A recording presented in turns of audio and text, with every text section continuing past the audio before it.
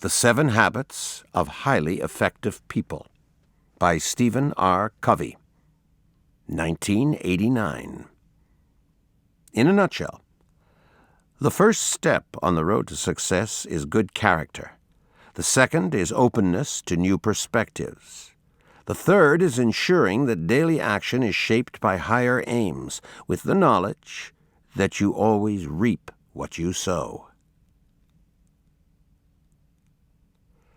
Important both as a self-help and a success work, The 7 Habits of Highly Effective People is the only book included in both 50 self-help classics and this volume. 50 self-help classics outline the 7 habits and the impact of the book, while this commentary goes beyond the habits themselves to explore Covey's idea of a successful person. The 7 Habits of Highly Effective People is a masterful synthesis of higher quality ideas in the success literature, placed on a methodological framework. It's self-help because it's the book you want to read when you feel like you are merely skating on the surface of life and are not being driven by values. And a work about success because it reminds you that real success is built on integrity and timeless principles. With this foundation, the sky's the limit to create and achieve, and to do so in good conscience. Covey's successful person. We seek direction from people who we perceive have integrity. In its concern with integrating principles and action, The 7 Habits of Highly Effective People is therefore more of a leadership work than a motivational book. Integrity means having a changeless core inside. This allows for an ability to cope with large amounts of change where others may be thrown off course. A person of character or integrity stays true to their values, desiring to be a better listener, to love unconditionally, and to seek to understand. In short, to be a successful person before anything else. Western society makes us want to have much. It is less concerned with our state of being, whether we are the person we believe we should be. Covey's message is that before we can begin to do, we must appreciate and refine who we are. His idea of a successful person is someone who makes and keeps commitments and honors promises, admits mistakes quickly and openly, appreciates the gap between stimulus and response. That is, you rarely have to do anything. If you do something, it's out of choice. Understands that time is precious and that success is simply being yourself but in an organized way. Is willing to do things that others cannot be bothered to do in order to achieve a higher aim.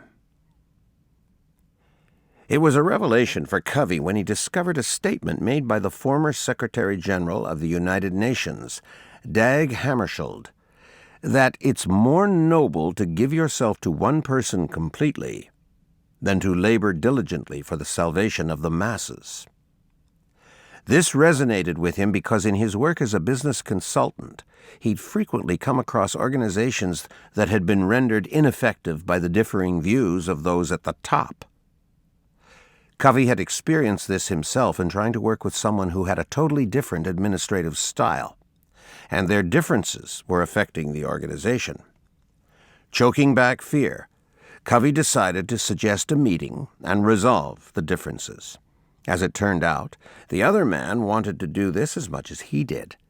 They solved the fundamental problem that the organization was facing, instead of continuing to work busily away on separate projects. Covey's point is that we grow into successful independent people by having the courage to address root problems instead of chasing after things that are out there.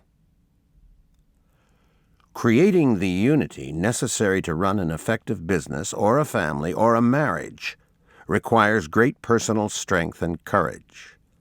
No amount of technical administrative skill in laboring for the masses can make up for lack of nobility of personal character in developing relationships. It's at a very essential one-on-one level that we live the primary laws of love and life. This point that success can best be developed through courage in daily personal interactions is one that's also made throughout Muriel James and Dorothy Youngward's Born to Win. These small acts can be the making of a person, more than flashy public victories. Through showing the way to reflect objectively on your own attitudes, Covey helps to prevent you imposing your way of seeing the world on others. Until you can understand others' way of seeing, through really listening to them, you cannot be truly successful. Seeing afresh. Covey explains that personal growth is often the result not of doing something new, but of seeing the same things in a new light. We all have mental maps of our world that we mistake for the actual territory. By clinging on to old maps, we fail to see the true lie of the land and get lost. At this point, to regain our way, we're likely to adopt external techniques or fixes, but without internal change, this will not get us very far. We need to change our paradigms, the basic ways we have of seeing the world. Scientific paradigms, such as the Ptolemaic understanding that the universe revolved around the Earth, are replaced by new paradigms based on contradictory evidence. New paradigms change everything. For example, you may have always believed that the best way to exist is to go with the flow and react as well as you can to external events. Your map doesn't include the possibility of proactively shaping your experience through living according to goals. But if you decided to change your paradigm, the same territory you walk over every day would suddenly become a new landscape, because from a different perspective, you would be seeing it for the first time. Covey quotes Albert Einstein. The significant problems we face cannot be solved at the same level of thinking we were at when we created them. While smaller changes in our lives can be effected through alterations in attitude and behavior, the larger issues can only be addressed by a transformation of the self. To think in a totally different way, we must become a different person, which doesn't happen easily. This is why Covey's basic unit of change is the habit, because what we do or think about all the time makes us who we are and becomes the lens through which we see things. Another way of seeing paradigms is the concept of life scripts, a blueprint for behavior that helps us to interpret the world and governs what we do in it. Most people accept life scripts from the environment, family, society, into which they've grown. But Covey reminds us that there's always the opportunity to write a new script, a space for making decisions based on truth. We all have this window of free will, but the genuinely successful seek to open it further. Anwar Sadat, the Egyptian leader who initiated the first Middle East peace accords, observed that a person who could not change the very fabric of his thought would not be able to changing reality. Only those continually willing to see things from new perspectives can have regular access to the truth. Twice creating success. When you build a house, Covey notes, you must have blueprints and plans before the earth's broken. The carpenter's rule is measure twice, cut once. In business, you cannot drift along and hope to make money. Each product or service must be clearly thought out, with detailed plans for marketing, staffing, and resource allocation. This is the stage of first creation. Most business failures result from undercapitalization, lack of research into the market, or having no business plan. All deficiencies in first creation. The same is true for your life. Overnight success is usually the result of years of planning, practice, learning, and visualization of the desired result. You may have good fortune through other routes, but it's not likely to be enduring.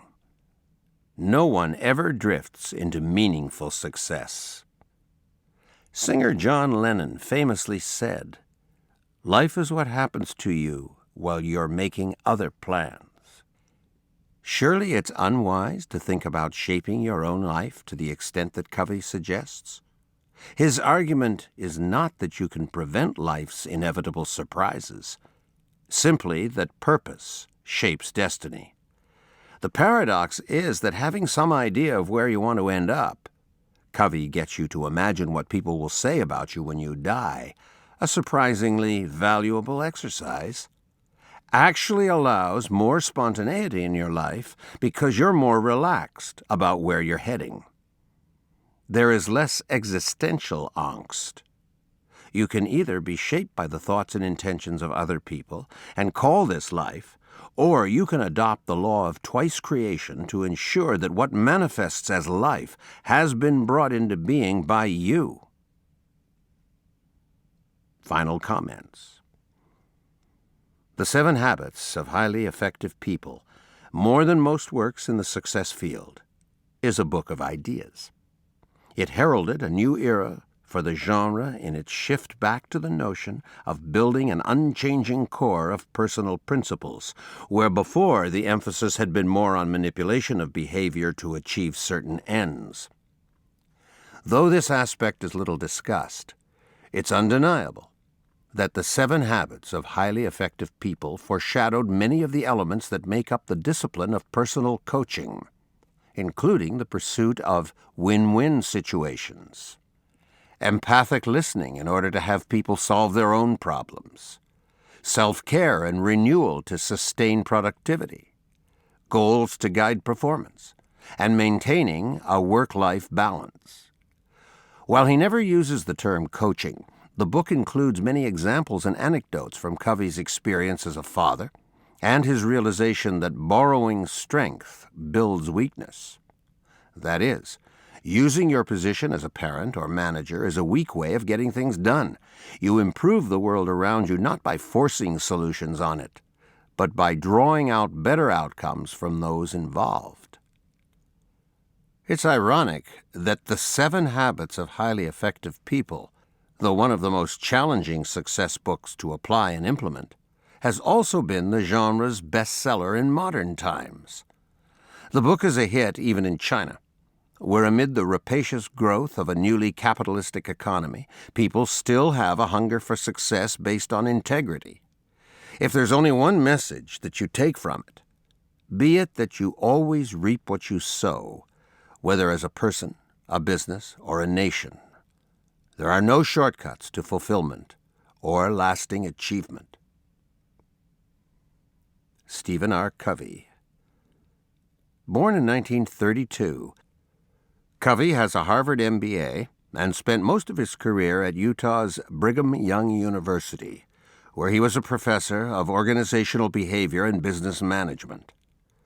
In 1984, he founded the Covey Leadership Center, which 13 years later merged with the Franklin Quest Company to form Franklin Covey, a $500 million company that sells learning and performance tools in the areas of leadership and productivity. Covey's other books include Principle-Centered Leadership, First Things First, The 7 Habits of Highly Effective Families, and Living the 7 Habits. Covey has several honorary doctorates and was voted one of Time magazine's 25 most influential Americans. He lives in Utah.